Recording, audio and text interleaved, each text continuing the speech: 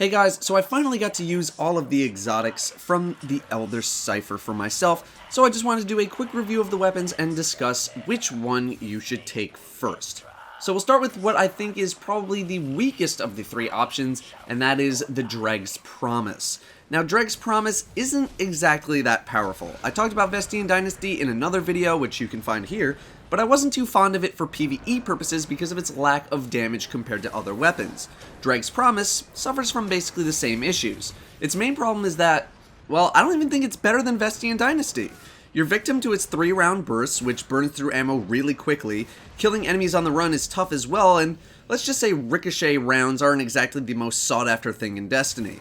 Vestian Dynasty honestly seems a little bit better than Dreg's Promise because it feels more consistent. Vestian Dynasty has the ability to take out a lot of low tier stuff pretty quickly, but Dreg's Promise is locked to a burst, meaning you may experience a good amount of overkill if you're only chasing single targets. You have to work a lot harder for similar results. We'll do a DPS check though, and as we can see here, Vestian Dynasty just comes out ahead of Dreg's Promise. Of course, this DPS check is showing the absolute maximum DPS potentials. This is firing as fast as you possibly can at a non-major target. Obviously, you're not going to be pumping out this kind of damage when you use these weapons for most situations, but it's a decent way to check potential damage output. They're incredibly close in damage, but with Vestian Dynasty, you're not locked to 3 shots at once, which means your efficiency has the potential of being better, while your sustained damage can stay moderately the same. Not only that, but the Vestian Dynasty does not take away from your exotic slot. I realize that the ricochet rounds are basically ignored in this example, but ricochet rounds tend to really not be all that useful. So, yeah, it's nothing really spectacular in the PvE game. In the PvP game, it's basically the same as Vestian Dynasty, but I'll ask you this, when was the last time you were killed by Dreg's Promise? Because my answer is never. I cannot honestly remember a time where I've been killed by Dreg's Promise. Next up, we have the Queenbreaker's bow, aka the wire rifle that Vandals have been using against us since forever. This is classified as a fusion rifle, and you'll see why in a moment. It has 2 different firing modes, but a lot of people were led to believe that this was going to be able to become a typical fusion rifle that fires multiple beams, and become a wire rifle sniper like the Vandals have. I'm sad to report that it only comes in wire rifle form. The 2 scopes basically increase the damage and slow down the rate of fire, or decrease the damage and increase the rate of fire. The high damage scope has more zoom, the low damage with less zoom. Now this is a pretty fun weapon to use, not gonna lie, it is very satisfying to use. Unfortunately, fun and good are 2 different levels to judge a weapon on. This thing can hold a lot of ammo, which is an advantage over other snipers. One sniper I wanted to compare to is Patience in Time. It's an exotic arc sniper. This bow is basically an arc sniper, so let's look at this from a damage perspective. Patience in Time can pop 6 shots pretty quickly, about 3.5 seconds to use a whole magazine. The Queenbreaker's bow takes significantly longer to do that, well over 7 seconds to fire all those shots, and that's if you're using the fast firing mode. The slow firing mode takes over 8 seconds to fire off 6 shots. Not to mention that those shots do significantly less damage than Patience in Time. So Patience in Time not only fires faster, but deals more damage on a per shot basis. Its DPS is much higher. Here I have some damage numbers for you. As a level 34 hitting non-major targets that are also level 34, I do 1411 damage for a body shot and 7053 for a headshot with Patience in Time. This is just on low and mid tier enemies, not Cabal. With Queenbreaker's bow, it's 1166 and 3497 with the fast firing option, and 1313 and 3937 with the slow firing option. So here's a chart of the damage numbers. The rules for this DPS test are the same as the Dreg's Promise and any future tests that I do, where you're just firing as fast as humanly possible.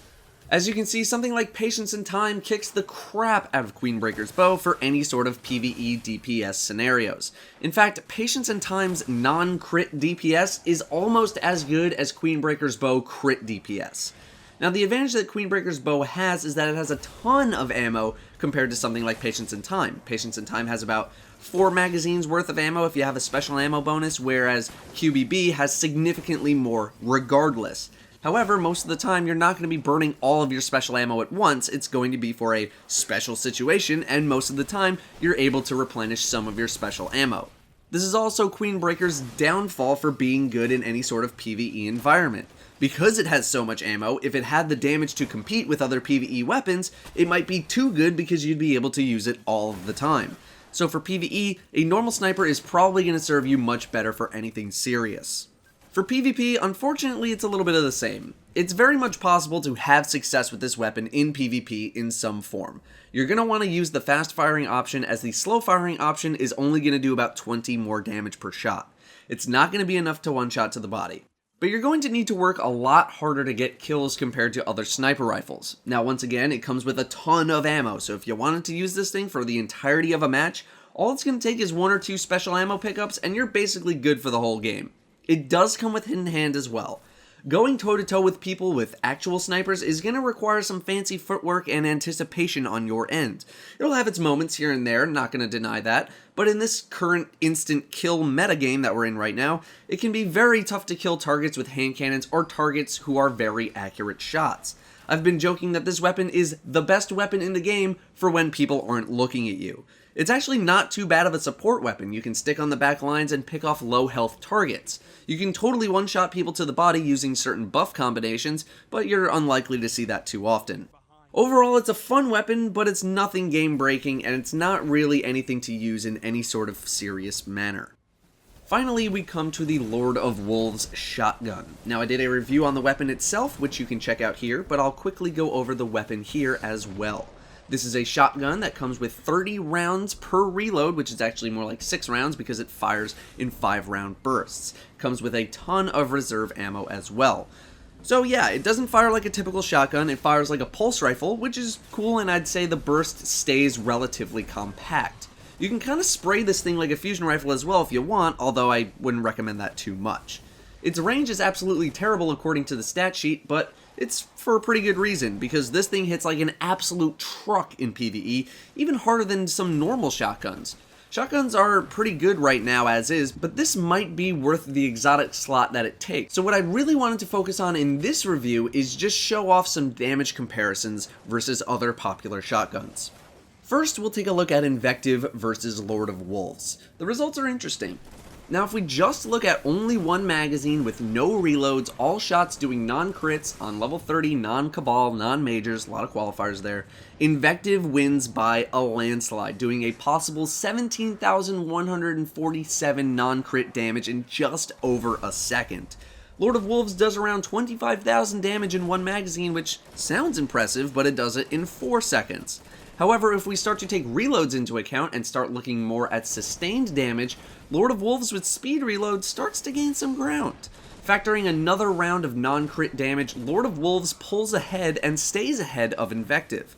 So basically, if you need really heavy burst very quickly at very specific points in a fight, you're going to want Invective, but any sort of sustained damage is going to favor Lord of Wolves. I know this specific test isn't exactly the best way to show its damage, but it applies basically the same way to any major targets. I'm willing to argue that Lord of Wolves is going to be the overall better pick, as if you don't kill with that Invective burst, you'll be suffering from Invective's horribly slow reload time, whereas with Lord of Wolves, you'll be able to power through. After playing with Lord of Wolves and Invective a lot in Prison of Elders, I've been favoring Lord of Wolves slightly more because it's very rare that you need the crazy burst of Invective. I've been finding myself wanting the high sustained damage of Lord of Wolves for taking out things like servitors because it can actually lay a big hurting and even kill a level 34 major servitor in one magazine. Alright, but what about against something with a little more firepower or sustained damage like Found Verdict? Well, let's take a look. Found Verdict fires 12 pellets, dealing 394 damage each. That's a lot of non-headshot damage. 4,728 per shot, potentially, to Lord of Wolves 4,150. Let's bring up the damage chart. We can see that Found Verdict actually does beat out Lord of Wolves in a bunch of spots as it slowly starts to even out. It starts a little bit stronger damage-wise, but over time starts to equalize, although it does still indeed stay ahead, and it does not give up your exotic slot. However, for any solar needs you might have, the Lord of Wolves is going to be a little bit better. Found Verdict once again proving itself to be quite the powerhouse shotgun, it's just in PvE as opposed to PvP now. I also double and triple check the numbers, so I really hope all of that ends up being correct, but even just with experience, I've found both of these shotguns to be pretty close in power. So, Lord of Wolves does get a check mark from me thus far in the PvE department. In PvP, it does moderately well. It can occasionally surprise you with some distant kills or hitting people with damage, however slight it is, from ranges that seem pretty far. it seems like you get a lot of ammo with this weapon, and to an extent you do compared to other shotguns. The most ammo you can hold in the weapon is 6 bursts in the chamber and 30 in reserve, but with special ammo bonuses this goes a little bit higher. The one problem that it has is that it isn't instant damage. So every other shotgun in the world is going to beat you if you don't fire first, and that's Lord of Wolves' big downfall in PvP. It tends to just lose to stuff like Fellwinter's, Matador, Judgment, Party Crasher, whatever. That, and it takes up an exotic slot, which is generally reserved for a hand cannon, which are super popular for pretty good reason. It will be able to get you some kills that you might not be able to normally get, but you need to weigh that against the opportunity cost of using Lord of Wolves over an exotic primary. What's going to net you more in a match? Lord of Wolves kills you might not normally get with a shotgun, or kills you might have gotten if you were using an exotic primary? Well, I guess that kind of depends on what kind of player you are, but it's just a hypothetical question as there's no way of actually knowing any sort of actual answer.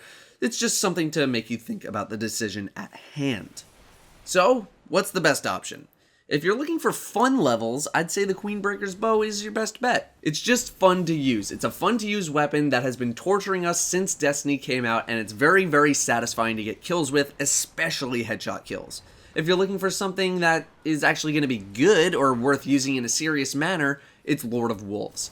With Dreg's Promise and Queenbreaker's bow, there's maybe some PvE guilt because you know those weapons are not as good for PvE, and you're only hindering your team if you're doing something serious.